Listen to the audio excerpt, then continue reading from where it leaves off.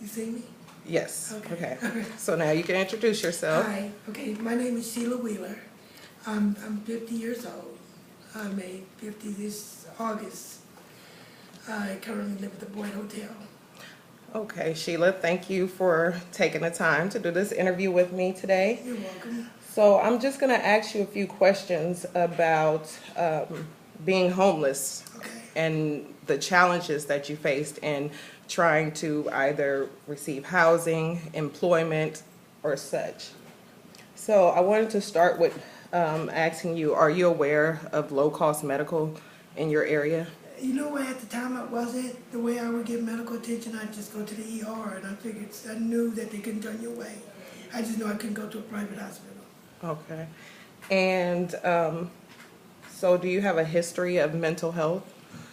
I do now. I found out that I suffer with PTS. Do you? Post-traumatic stress syndrome, where I have bad anxiety and panic attacks. I get, especially being by myself now. Mm-hmm. So, Are you receiving medical attention for yeah, I have for a this? psychiatrist. And I also have a therapist, and I do take medication daily. And is this received through the state, or is this through another resource? Are you receiving the services through This is through SSI. through Social My Security? Medicare. Before it was through general assistance, Okay. and they referred me to the roving team. Actually, the ex-case manager here had got me set up with the roving team, and then I got a doctor at the Urban Housing and Health. But now that my problems have gotten to a little bit extensive, I was sent to UCSF. Since I got Medicare now, I can get maybe better health. Okay. And how would you say the resources are for homeless people as far as food, shelter, medical, mental health Okay, well, benefits? I'm gonna have to start with a two-part, because my first was when I was in Oakland, when I was in my drug life. San Francisco is the easiest place in the city, but like Oakland, there is no place to go to a shelter. There is no food place to feed you. So either you get out of there on the street and you work, or you find some kind of hustle. That's how you get your money and you survive. And you can try to go, house hopping. But out in San Francisco, I didn't know about shelters until I met my husband. And first ever been to St. Anthony's is when I was in the shelter, it's the sanctuary. I never knew about shelters. And then I knew about Mother Brown's, because even then when I was homeless, I was staying at the park on 3rd, right in front of Southeast. Okay. I'd go to sleep in the daytime and stay up, this before I met my husband, stay up at night. And never knew right up the street was Mother Brown's, where they fed people. Wow. And until somebody told me that was homeless like me in the park. They said, well, you can go up there and wash your clothes. And I went, and that's how I found out. That's how I got connected with the shelter, how does it work, and that they had this kind of stuff. Okay. I'd find it from somebody else. Okay. Does anybody in your family, do you have a history of mental health in your family, or do you know if you're just the only one with post-traumatic stress disorder? I think besides my daughter and her losing her son, I think we're the only ones with the mental health issues. Okay. And so you said you weren't aware of shelters, that you had to find out by word of mouth. Yeah, by the next homeless person, because they be like, want to come up here and get something to eat? I said, get something to eat where? Mm-hmm. Oh, Mother Brown. I said, what is that? And then they told me what it was, and I didn't know they served breakfast and then dinner. I didn't know they did that. How long were you at ECS shelter, the sanctuary? 2 months. 2 months. And from prior, there? But prior to that, we were in Baton Rouge, Louisiana, Mm-hmm. and we had went down there to take care of his mom, but we fell out with his sister, and then so we was also driving. We were driving cross country, so we came back here. When we came back here, we didn't have no place to go, so we were homeless. Mm-hmm. And then we wasn't working for that company no more, so that's where we ended up in the sanctuary. Okay. Yeah. And you stayed there for 2 months? And And did they help you transition? no, I had to go. I was blessed with a worker. His name was Paul. I'll never forget him. And he knew we were married. And he made it a point to find us a place for a couple. And he looked, and because he would say, just check with me every day. And I checked with him every day, and then he said, hey, Sheila, he said, I got a place over at the boys. You want to take a look at it?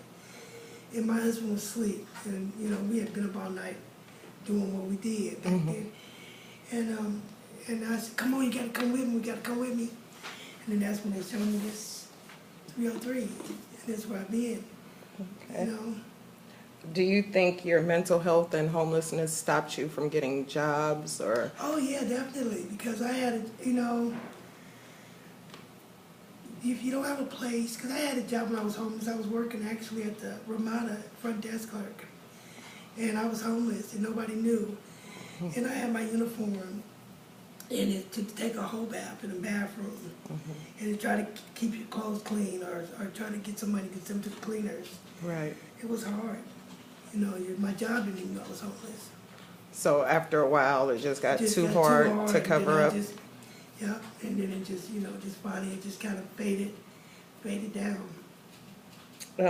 You said that you guys had to panhandle once before? No, not panhandle. My husband used to boost, so go shoplifting, Okay. you know. But before I met him, I used to be a worker a long time ago. Oh, okay. Okay. And so was this your first time being homeless with you and Tommy? Just before I met Tommy, that was my first time being homeless. I was with my sister, but I felt I was homeless because she was, you know, you can't, you know, if you don't have your own place, I consider myself homeless because it was her house. Right. And she called the shots, even though I was paying rent, you know, so I still didn't feel like it was mine.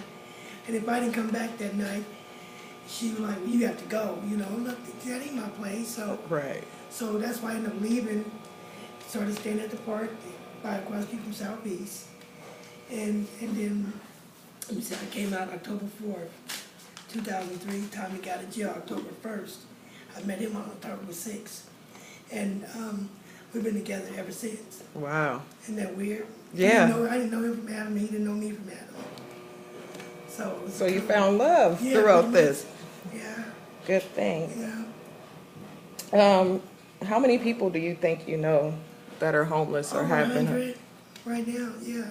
Do you think they're getting the resources that they need? No, either they don't know how or they don't want to show that they're not illiterate enough to go and get it. Or they, oh, I don't need that because they're either in denial of it or they don't know which way to go. And they, you know, even if you try to volunteer, okay, I'll get it later.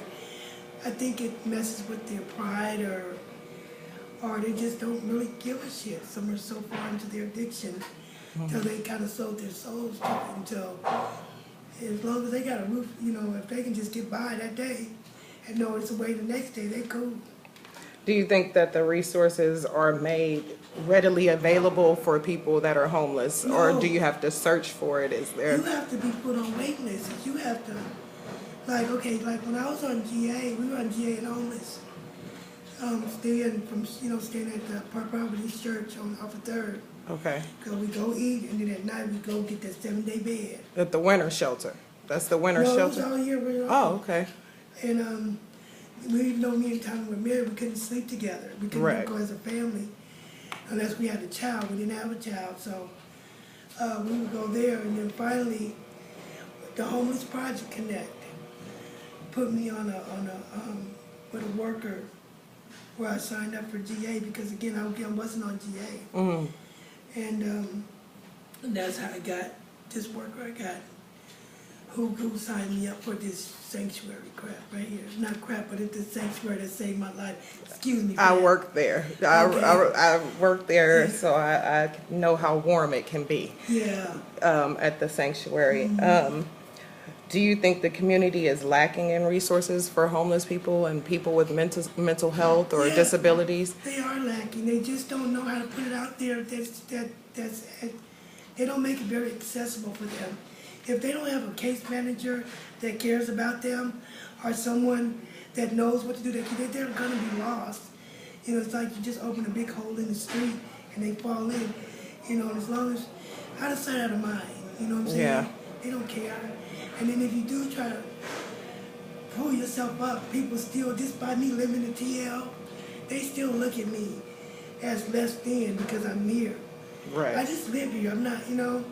You're not a victim of your environment. I'm not a victim, you know.